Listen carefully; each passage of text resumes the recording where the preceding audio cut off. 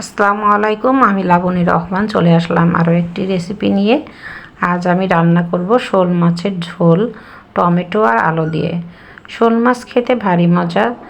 এটা ঝোল ঝোল করে রান্না করলে ভালো লাগে, আবার দো পেঁয়াজি করলেও ভালো লাগে। আমি প্রথমে পেঁয়াজগুলো দিয়ে একটু বেরেস্তা মতো করে নেব। তরকারিতে যদি আপনারা পেঁয়াজটা প্রথমে দিয়ে বেরেস্তা মতো করে নেন তাহলে তরকারিতে কিন্তু স্বাদ বেড়ে যায়, খেতেও ভালো লাগে। দিয়ে দিলাম আদা রসুন পেঁয়াজ বাটা জিরা বাটা দিয়ে সামান্য একটু আমি নেড়ে দিব। দেওয়ার পরে এখানে ঝাল আর হলুদের গুঁড়া দেবো। দিলাম 2টা কাঁচামরিচ দিয়ে একটু নেড়ে দিলাম। দেওয়ার পরে আমি এখানে দিয়ে দেবো ঝালের গুঁড়া আর হলুদের গুঁড়া।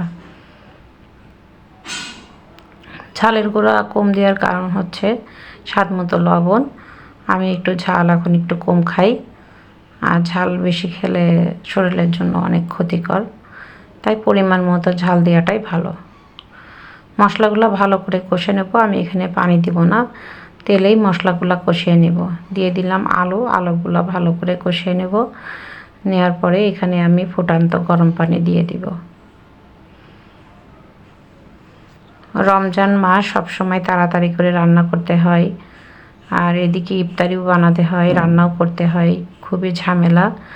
আমি একসঙ্গে দুইটাই বানাই, এক পাশে বড়া বানাচ্ছি আর এক পাশে রান্না করছি।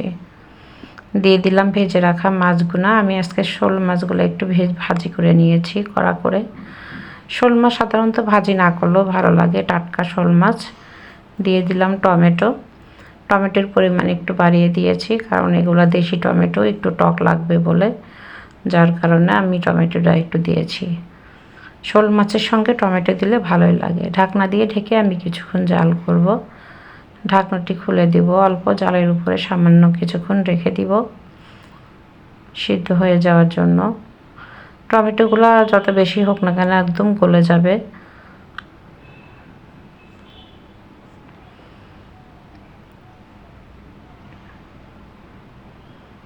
হয়ে গিয়েছে আমার টমেটো আলু দিয়ে শোল মাছের ঝোল। দেখতেও যেমন লোভনীয়, খেতেও এমন সুস্বাদু লাগবে। এখনও খাইনি, যেহেতু রোজা সেরেই আমি ইফতারের পরে খাবো। গরম গরম ভাতের সাথে পরিবেশন করুন শোল মাছের ঝোল। আমার ভিডিওগুলো যদি আপনাদের ভালো লেগে থাকে তাহলে like comment share and subscribe করে দিবেন। ভালো থাকুন, সুস্থ থাকুন। আল্লাহ হাফিজ। Thanks for watching.